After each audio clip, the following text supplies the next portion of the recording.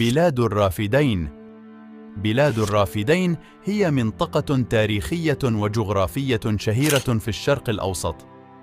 تقع في منطقة نهري الفرات والدجلة، وتشمل العراق وجزءاً من سوريا وتركيا. تعود تسمية الرافدين إلى النهرين الرئيسيين في المنطقة، وهما نهر الفرات ونهر الدجلة. تمتاز بلاد الرافدين بتاريخها العريق والغني بالحضارات المتعاقبة، فقد كانت شاهدة على ازدهار حضارات بابل وسومر وآشور.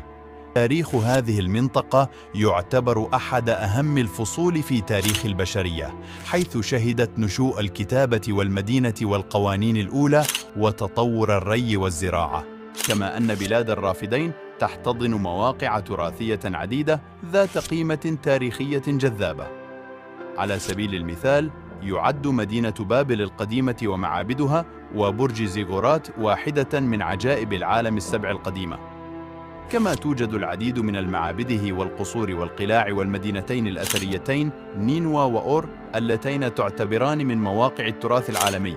تعد بلاد الرافدين أيضاً مهدًا للعديد من الأديان الرئيسية، فهناك العديد من المواقع المقدسة للديانات المتعاقبة مثل الإسلام والمسيحية واليهودية.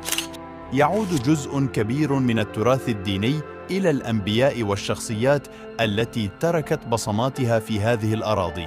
بخلاصة، بلاد الرافدين تمتلك تراثاً فريداً وثقافة عريقة تجذب السياح والباحثين عن الثقافة والتاريخ.